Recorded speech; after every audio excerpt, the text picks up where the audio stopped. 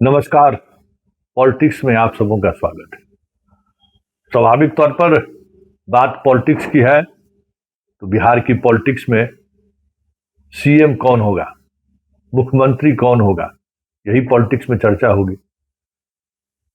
जो दिन भर आज चला है और जिस तरीके से चीजें सामने आ रही हैं, दोनों खेमे में एक अलग तरीके की खामोशी देखने को मिल रही है। तो दो खेमे में कह सकते हैं कि एक तरफ नीतीश और दूसरी तरफ सम्राट। नीतीश चाहते हैं कि सम्राट मुख्यमंत्री बने और इसके लिए आज राज्यसभा के जिस समय में सदस्यता ले रहे थे, जानकारी ये मिल रही है कि उन्होंने जेपी नड्डा से बोल भी दिया कि भाई सम्राट को मुख्यमंत्री बनाइए, हम लोगों की इच्छा है। इसके बाद जदयू के कई सांसद के द्वारा भी यह कहलवाया गया कि सम्राट अगला मुख्यमंत्री हो। कामत से लेकर कई सांसद हुए और वो बाइट नीतीश कुमार के दिल्ली स्थित आवास से जारी हुआ। वहीं पर सारे लोगों ने बयान दिया।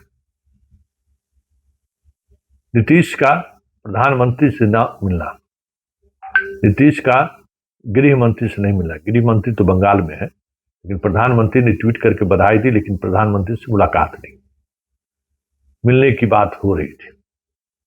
कहा जा रहा है कि आज सुबह जैसे ही हरवंश जी का नोटिफिकेशन निकला, जदयू के अंदर बेचैनी बढ़ी, जो हमने खबर भी चलाई है, और उसके बाद चीजें बदलने लगी। बातचीत में कहीं से भी हरवंश जी के नाम की चर्चा नहीं थी। हरवंश जी इस तरीके से बीजेपी के कोटा से आ जाएंगे, क्योंकि नीतीश कैंप ने हरवंश जी का चैप्टर को क्लोज कर दिया। खैर, सवाल वो नहीं है। सवाल यह है कि आज दिन भर हुआ क्या। कल सम्राट नीतीश कुमार, संजय झा, विजय चौधरी, सारे लोग गए वहां। सम्राट इनके पीछे गए। आज सम्राट लौटे भी हैं तो इनके पीछे लौटे। सम्राट राज्यसभा का सदस्यता जिस समय ग्रहण कर रहे थे, उस समय सम्राट मौजूद थे। उससे पहले सम्राट इनके आवास पर मिलने भी गए। लेकिन राज्यसभा सदस्य के रूप में शपथ लेने के दौरान जेपी नड्डा, तो खुद राज्यसभा में नेता हैं, वो जरूर मौजूद दिखे। लेकिन बिहार के सांसद की बात करें तो रूढ़ी छोड़कर कोई दूसरा सांसद उस दौरान मौजूद नहीं था। खबर ये आ रही है कि सम्राट चौधरी को लेकर बीजेपी के अंदर एक बड़ी गोलबंदी होनी शुरू हो गई है, और वो गोलबंदी कहीं न कहीं इस कदर अमित शाह को असहज कर दिया है जिसकी कल्पना वो नहीं कर सकते थे। अमित शाह को लग रहा था कि जो हम निर्णय ले लेंगे सारे लोगों को मानेंगे, चाहे जैसे माने।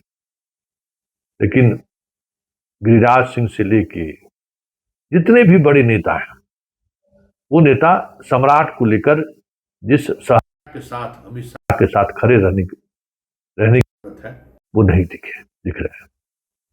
राजीव प्रताप रूडी व्यक्तिगत रिश्तों की वजह से वहां मौजूद रहे हुए हैं, लेकिन राजनीतिक तौर पर पूरे सीन से बीजेपी के सांसद का ना होना संकेत तो दे रहा है कि सब कुछ ऑल इज वेल नहीं है। या फिर अमित शाह ने कह दिया है कि विरोध की तमाम सीमाओं के बावजूद भी बनेगा तो सम्राट ही बनेगा। इस वजह से यह सांकेतिक तौर पर विरोध का प्रदर्शन हो, यह भी हो सकता है। लेकिन इन सब से इतर जो सबसे महत्वपूर्ण बात है, जिसकी चर्चा अब होनी शुरू हो गई है, कि आखिर जदयू को सम्राट चौधरी को लेकर खुलकर बयान देने की जरूरत क्यों पड़ रही है। विजय सिन्हा का बयान एनडीए की बैठक में तय होगा। संजय सरावगी का बयान एनडीए की बैठक में नेता कौन होगा तय होगा।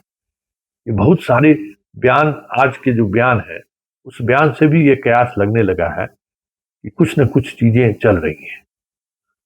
कहा जा रहा था कि प्रधानमंत्री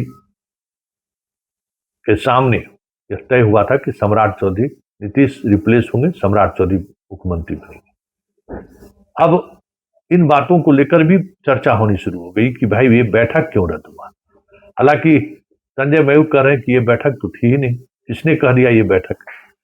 लेकिन जिस तरीके से बीजेपी कोर कमेटी के सदस्य अलग अलग जगहों से, दरभंगा से प्रदेश अध्यक्ष, बाकी लोग दिल्ली कूच किए, उससे तो ये लग रहा था कि आज कुछ न कुछ बैठक है।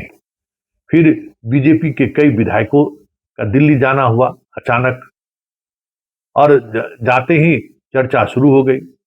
ये सारी चीजें ऐसी है ना जो कहीं न कहीं जता रहा है, बता रहा है ऑल इज नॉट वेल है। सम्राट पर नीतीश का वीटो कितना कारगर साबित होगा ये तो वक्त बताएगा। लेकिन पूरा जदयू जो इस मुहिम में लगा है सम्राट मुख्यमंत्री बने, आज पूरे दिन के एक्टिविटी से तो यही लग रहा है कि कुछ न कुछ खेला तो हो रहा है। क्योंकि सम्राट आज जब लौटे हैं तो वो मुस्कुराने की कोशिश करते जरूर दिखे, चेहरे पर वो ताजगी या फिर चेहरे पर वो चमक नहीं दिख रहा था जो कल जाते हुए दिख रहा था। वजह हो सकता है थकान हो, वहां पहुंचने के बाद बहुत सारी राजनीतिक गतिविधियां हुई हो, उन सब की वजह से थोड़ा थकान भी हुआ। लेकिन साथ गए थे विजय सिन्हा के, विजय सिन्हा साथ लौटे नहीं है। और विजय सिन्हा और सम्राट चौधरी के बीच के रिश्ते को लेकर हर किसी को पता है। ऐसे में सम्राट बिहार के सीएम होंगे, ये इस तरीके की चर्चा है, हम लोग तो मान ही रहे हैं। लेकिन जैसे जैसे विलंब हो रहा है, जैसे जैसे समय आगे बढ़ रहा है, दावेदारी के सवाल पर कई तरह के प्रश्न खड़े होने लगे। लेकिन नीतीश का वीटो मायने तो रखता ही है, जितना मायने वीटो रखता है सम्राट के मुख्यमंत्री बनने की कवायद में एक मजबूती जरूर मिल रहा है, मजबूती प्रदान हो रहा है। लेकिन उसका निगेटिव फैक्टर भी है कि नीतीश का वीटो कहीं बीजेपी को नागवार तो नहीं गुजरता है। कई तरह के सवाल हैं, और ये भी सवाल है कि बीजेपी की बैठक के बगैर, मतलब पार्टी के कोर कमेटी की बैठक के बगैर मुख्यमंत्री का चयन, ये भी अपने आप में अनोखी बात होगी।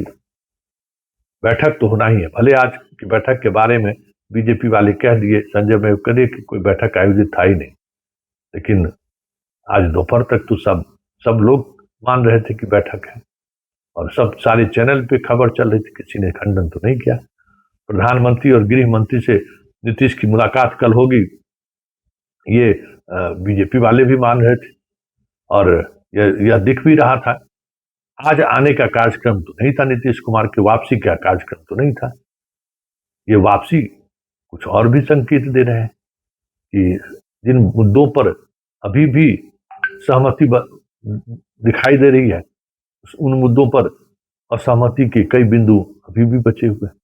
मतलब बिहार की राजनीति में भले सब कुछ आपको शांत शांत दिख रहा हो, लेकिन यह शांति जो है सुनामी का आहट है। चलिए, इस पॉलिटिक्स में इतना ही, इजाजत दीजिए, नमस्कार।